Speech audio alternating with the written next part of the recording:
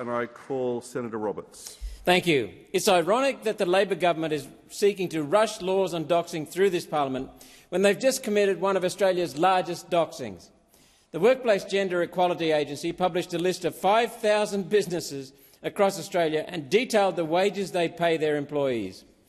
Doxing is the act of publicly providing identifiable information about an individual or organisation, usually with malicious intent. With the release of this report, these companies have been battered in national news headlines, accusing them of huge gender pay gaps. The cries of the outrage brigade have been heard across the country.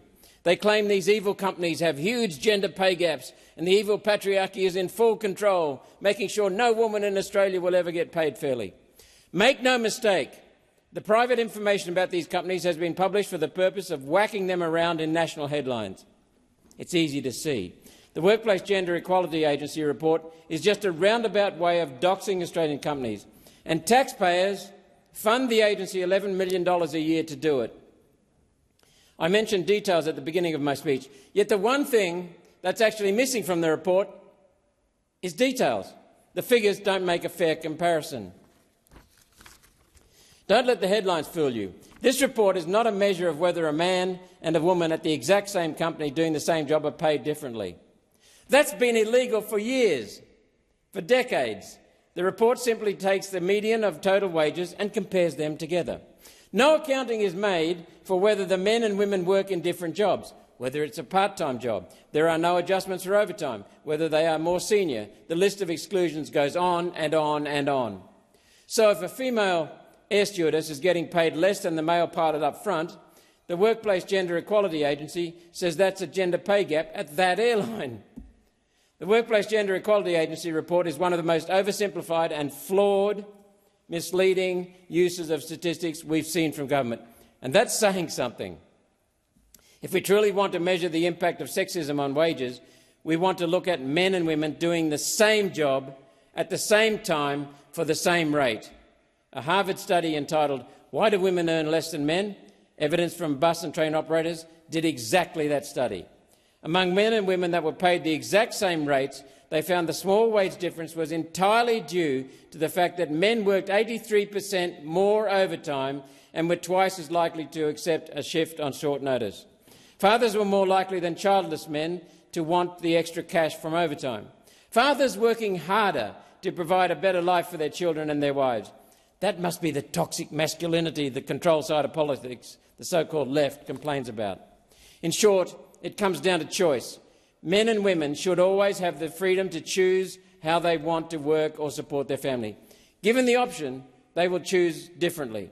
Norway is considered one of the most gender-equal countries in the world, yet they have some of the most extreme policies with the intention of balancing out gender differences.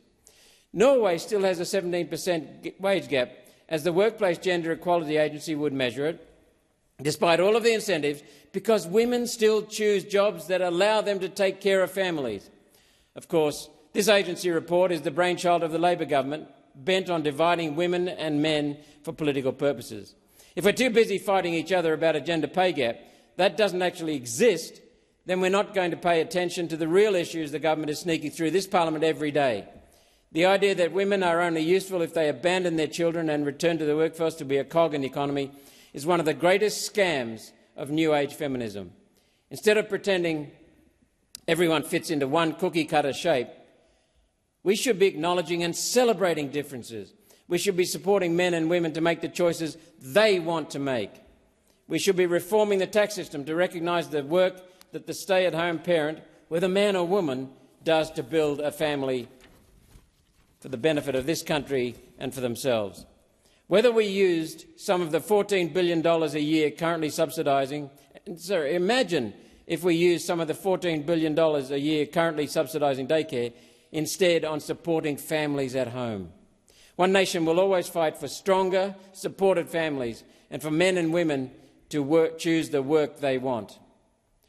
Unlike the $11 million a year Workplace Gender Equality Agency, we'll always reject the divisiveness of gender politics, and we will always choose to celebrate our wonderful complementary differences.